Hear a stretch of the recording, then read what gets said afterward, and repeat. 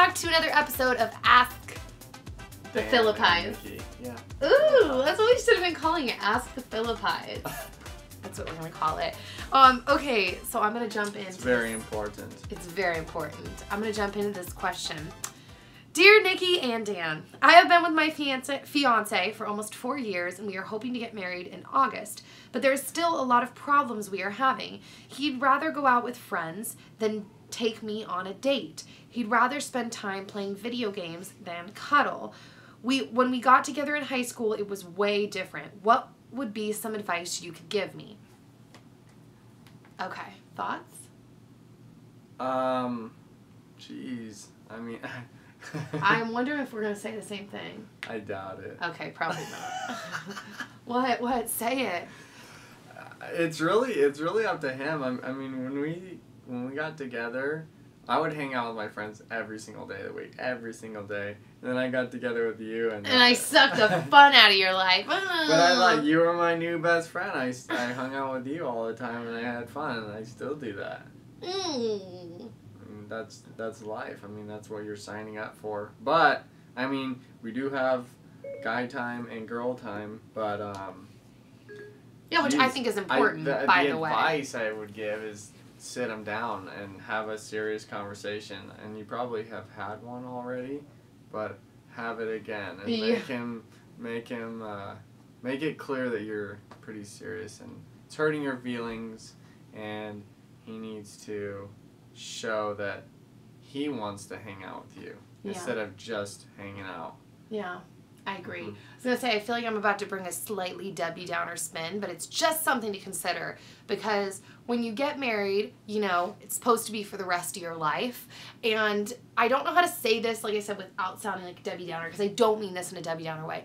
But you know when people are like, once you get married, like, it doesn't get better, it gets harder. What they mean by that is not like, oh, marriage sucks. But what they mean by that is once you get married, in any relationship, when you're around someone so much, people start to get used to each other and take each other for granted. And the reason, like, the spark goes away is because they feel like there's no more newness and they already know the person entirely. The funny thing is, that's a total lie that we tell ourselves, because I feel like when we're really focused on our marriage, I still learn stuff about him. And I've been with him for, like, what, 7 years now? Almost 8 years. And we changed together. Yes, and we changed together. So the thing is, if this is something that is not naturally like him, there's one of two ways it can go. Buy a bullet and crack it.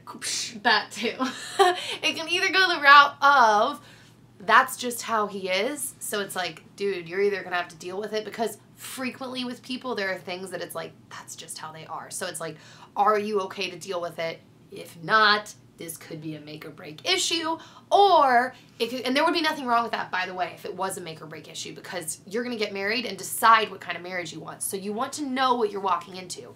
So, or you could talk to him and he might be like, wow, I really want to change this, because even though there are things about each of us that it's like, that's just kind of how we are, we still try to work on things and change.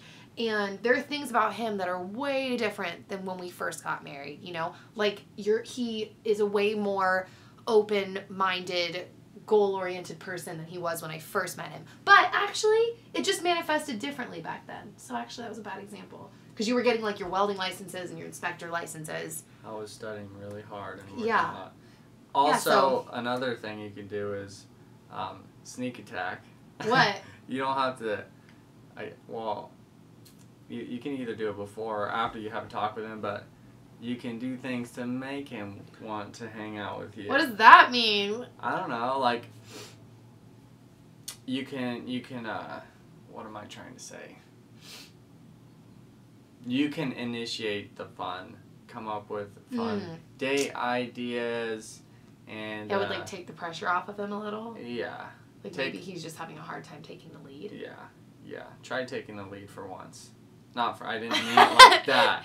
No, yeah, as opposed to, like, expecting him to do it. See how it works. I mean, you're wanting to change something. That's why you're asking us or someone. Yeah. So, you know, try something new. Yeah. And give some initiative. Take some initiative. Take some initiative. Yeah. Is that the right way to say it? Take it. You just take that initiative. Because Nikki has to do that to me sometimes. Sometimes. I need a little nudge. I'll be like, let's take a walk, or let's go to the jacuzzi. Ooh. I'm just going to keep doing that all the time. Alright, so that's it for today. We'll see you all later. Be sure to leave your comments, thoughts, point of views, whatever opinion you'd like to throw into the ring down below so we can have conversation. And I don't know, I always learn things from hearing people's points of views. So we will see you later. Have a good day. And yeah, bye.